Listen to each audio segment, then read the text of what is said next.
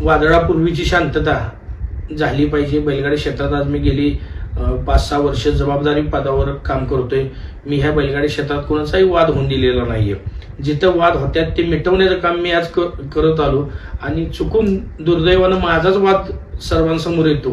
हे फार मोठं दुर्दैव आहे, कारण की मी लोकांना शिकवत असताना माझ्या हातून चूक होणं अशा पद्धतीची हे काही योग्य नाहीये.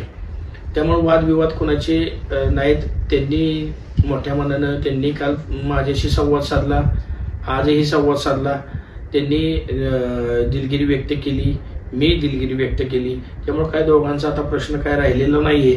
आणि फॅन फॉलोअर्सला विनंती आहे, कोणीही एकमेकाला वाईट बोलायला असं करू नये.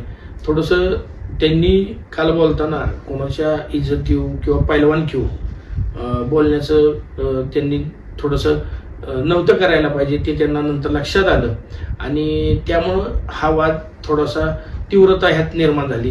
पण आजपासून कोणताही वाद आमच्यात राहिलेला नाही. भविष्यात आम्ही सगळे एकत्र एखाद्या मैदानात किंवा एखाद्या ठिकाणी नक्कीच दिसू. त्यामुळे